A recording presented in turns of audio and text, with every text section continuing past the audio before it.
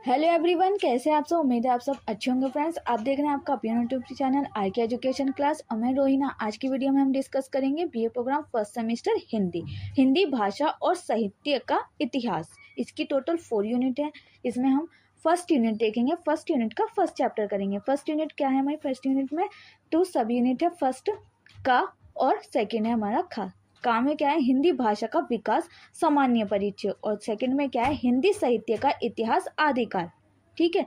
Second unit है आपकी भक्ति काल और फोर्थ यूनिट है रीतिकाल और थर्ड यूनिट है आपकी रीतिकाल, फोर्थ यूनिट है आपकी आधुनिक काल। ठीक है। आज की वीडियो में हम करेंगे फर्स्ट यूनिट का फर्स्ट चैप्टर का हिंदी भाषा का विकास, सामान्य परिचय। हिंदी भाषा विकासतम अध्ययन क्या है हमारा फर्स्ट चैप्टर? हिंदी भाषा विकासतम अध्ययन। विशेषतः 1000 ईस्वी के पश्चात स्वर्गीय प्रोफेसर भोलेनाथ तिवारी हिंदी भाषा के पूर्व पाठिका तथा उसका उद्भव वैदिक संस्कृति काल में आए भाषा प्रदेश में 3 स्थानीय बोलियां विकसित हो चुकी थी। पश्चिमोत्तरी, मध्यवर्ती और पूर्वी। पाली काल में एक और स्थानीय बोली दक्षिण का विकास हो गया था। एक और स्थानीय बोली कौन सी थी जिसका विकास हो गया था? वो थी पाली काल में एक और स्थानीय बोली जो थी दक्षिण विकास हो चुका था उसका भी। इस प्रकार स्थानीय बोलियों की संख्या 4 हो गई। इस प्रकार स्थानीय बोलियां जो थी उनकी संख्या जो थी वो 4 हो गई। पहली कौन सी थी? पश्चिमोत्तरी, सेकंड थी मध्यवर्ती और थर्ड थी पूर्वी। और जो चौथी भाषा थी वो क्या थी? स्थानीय बोली, जो कि दक्षिण में इसका विकास हो गया था। तो इस प्रकार से 4 बोलियां हो गई थी स्थानीय।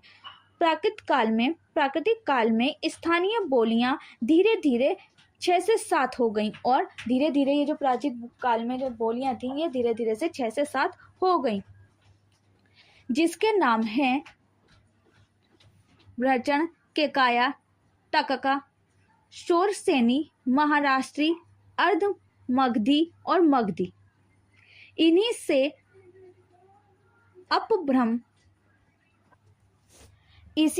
अपभ्रंश काल में 6 से 7 अपभ्रंश स्थानीय बोलियों का विकास हुआ, जिन्हें प्राकृतों के नाम के आधार पर इन्हीं नामों से पुकारा जा सकता है। ठीक है। ये जो सारी बोलियां हैं हमारी ये किससे हो गई? पहले 4 थी और फिर 4 से लेके 6 से 7 हो गई। इन्हीं अपभ्रमों से आधुनिक भाषाएं उद्भूत होती हैं और इन्हीं जो ये अपभ्रम है उन्हीं से जो आधुनिक भाषाएं हैं वो अद्भुत होती हैं।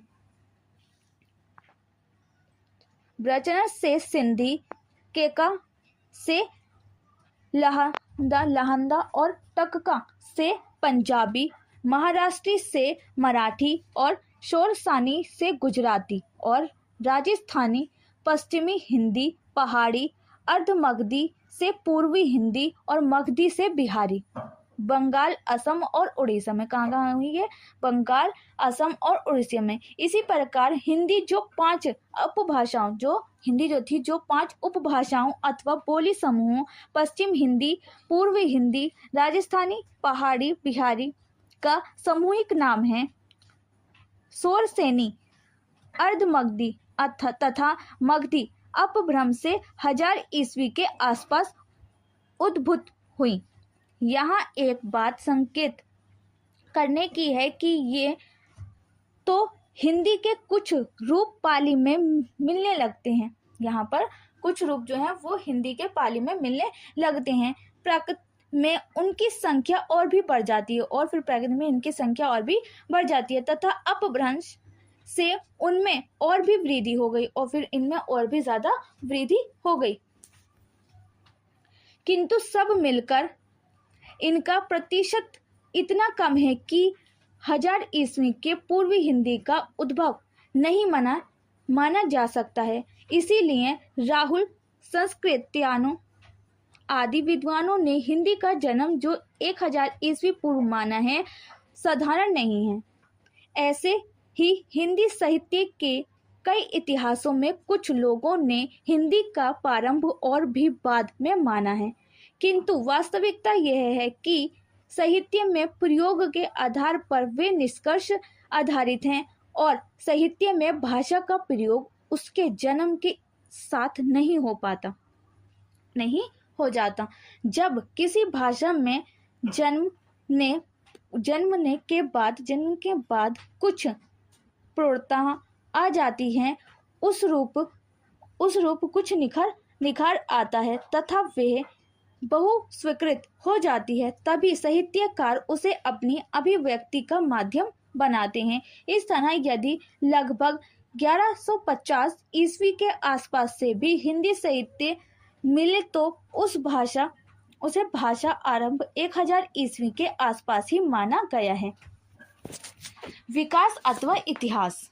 हिंदी भाषा 1000 ईस्वी में जन्म कर विकसित होते होते अब लगभग 1000 वर्षों की हो गई है। उसके इन 1000 वर्षों के इतिहास अथवा विकास को 3 भागों में बांटा जाता है: आदिकाल, मध्यकाल और आधुनिक काल। यहाँ इन तीनों पर संक्षेप में विचार किया जाएगा। आदिकाल 1000 ईस्वी से 1500 ईस्वी तक। आदिकाल कौन सा है? 1000 ईस्वी से शुरू होता है और 1500 ईस्वी तक रहता है। हिंदी भाषा अपने आदिकाल में सभी बातों में अपभ्रंश के बहुत अधिक निकट थी, क्योंकि उसी से हिंदी का उद्भव हुआ था, विकास हुआ था। आदिकाल की हिंदी की मुख्य विशेषताएं नीचे दी गई हैं। ध्वनि। पहली विशेषता क्या है? ध्वनि। आदिकाल की हिंदी में मुख्यतः उन्हीं ध्वनियों स्वर व्यंजनों का प्रयोग मिलता है जो अपभ्रंश में प्रयुक्त होती थी। मुख्य अंतर ये है: फर्स्ट, अपभ्रंश में केवल 8 स्वर थे। अपभ्रंश में क्या थे? केवल 8 स्वर थे। आ, ई, बड़ी ई, छोटा ऊ, ई, ए, ओ, ये 8 ही स्वर मूल थे और ये 8 स्वर जो हैं वो ही मूल थे। आदिकालीन हिंदी में 2 नए स्वर ए और अ विकसित हो गए जो संयुक्त स्वर थे तथा जिनका उच्चारण क्रमशः अ और ओ जैसा था। सेकंड है चा, छा, जा, झा। संस्कृत और पाली प्राकृत अपभ्रंश में स्पर्श व्यंजन थे, किंतु आदिकालीन हिंदी में ये स्पर्श संघर्षीय हो गए और तब से अब तक स्पर्श संघर्षीय ही हैं। ना, रा, ला, शा संस्कृत पाली प्राकृत अपभ्रंश में द्यंत ध्वनि थी। आदिकाल में ये वाजरसीय हो गई हैं। फोर्थ है अपभ्रंश में डा, ढा व्यंजन नहीं थे। अपभ्रंश में ये जो थे डा, ढा ये नहीं थे। आदिकाल की हिंदी में इनका विकास हुआ और आदिकाल की हिंदी में ही इनका विकास हुआ है। ना, वहाँ, लह पहले संयुक्त व्यंजन थे। ये जो थे पहले संयुक्त व्यंजन थे, अब वे क्रमशः ना, मा और ला के महाप्रमाण रूप हो गए हैं, अर्थात संयुक्त न रहकर मूल व्यंजन हो गए और ये संयुक्त न रहकर मूल व्यंजन रह गए हैं। ना, मा और ला। 6 है फारसी। फारसी, पशतो, तुर्की आदि से कुछ नए शब्दों के आ जाने के कारण कुछ नए संयुक्त व्यंजन हिंदी में ऐसे आ गए जो अपभ्रंश में नहीं थे। कुछ अपभ्रंश शब्दों के लुप्त हो जाने के कारण कुछ ऐसे संयुक्त व्यंजनों स्वरनुकर्मों वोवल सीक्वेंस तथा व्यंजनोकर्मों कॉन्सोनेंट सीक्वेंस आदि के लुप्त की भी संभावना है जो अपभ्रंश में रह गए हैं। वोवल सीक्वेंस और कॉन्सोनेंट सीक्वेंस जो हैं वो लुप्त की संभावना है जो कि अपभ्रंश में रह गए हैं। नेक्स्ट आ जाता है व्याकरण। आदिकाल हिंदी का व्याकरण 1000 ईस्वी के आसपास अपभ्रंश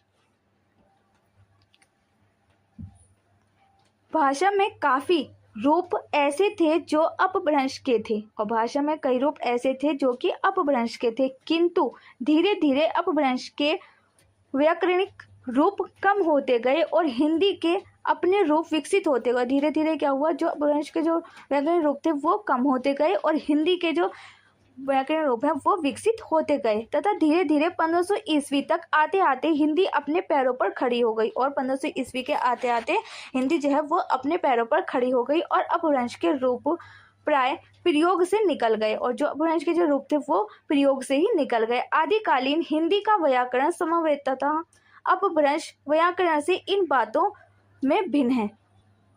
अपभ्रंश संस्कृत, पाली, प्राकृत आदि की तुलना में वियोगात्मक होते हुए भी एक सीमा तक संज्ञात्मक भाषा थी।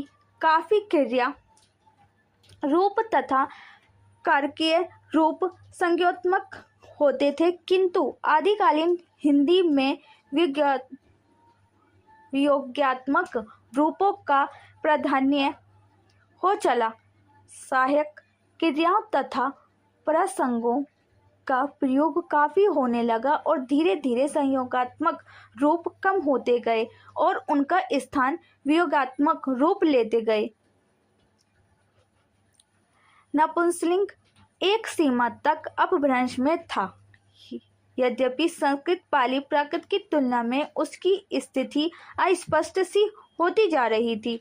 आदिकालीन हिंदी में नपुंसकलिंग का प्रयोग प्राय पूर्णतः समाप्त हो गया और आदिकालीन हिंदी में जैसे जैसे हिंदी का विकास होता गया तो जो नपुंसकलिंग शब्द था उसका प्रयोग जो है वो पूर्णतः समाप्त हो गया। गोरखनाथ में कुछ प्रयोगों को कुछ लोगों ने नपुंसकलिंग का माना है, किंतु यह मान्यता पूर्णतः संदिग्ध नहीं की जा सकती। लेकिन इसकी जो मान्यता है वो पूर्णतः की पूरी तरह से संदिग्ध नहीं की जा सकती। हिंदी वाक्य रचना शब्द क्रम धीरे धीरे निश्चित होने लगा था। अपभ्रंश में शब्द क्रम बहुत निश्चित नहीं था और अपभ्रंश में जो शब्द का क्रम था वो बहुत ज्यादा निश्चित, बहुत ज्यादा सर्टेन नहीं था। शब्द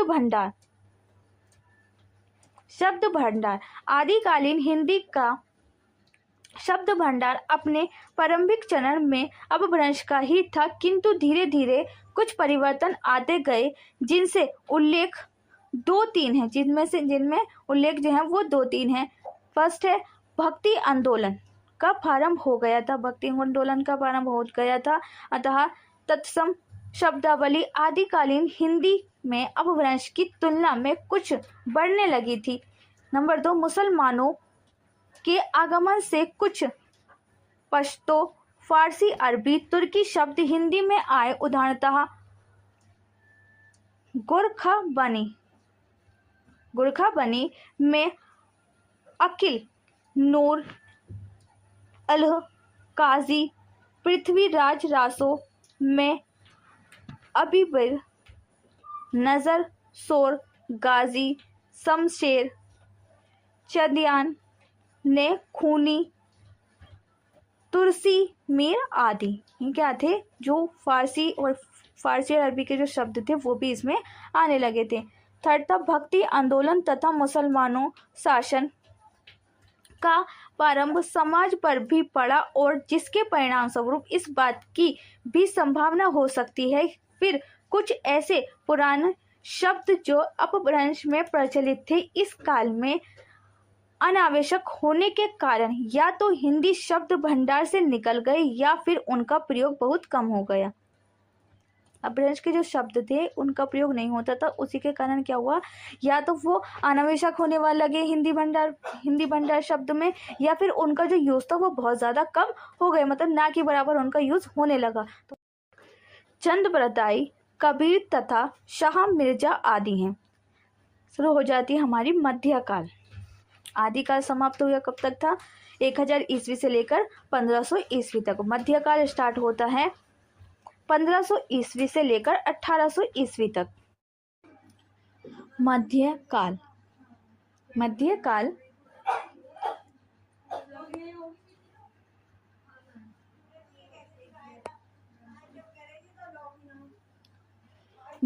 1500 ईस्वी से 1800 ईस्वी तक। ये फ्रेंड्स हम नेक्स्ट वीडियो में करेंगे। आज के लिए बस इतना ही। अगर आपको किसी और टॉपिक पर वीडियो चाहिए तो आप कमेंट बॉक्स में बता सकते हैं। वीडियो कैसी लगी कभी भी कमेंट बॉक्स में लिखकर ज़रूर बताना।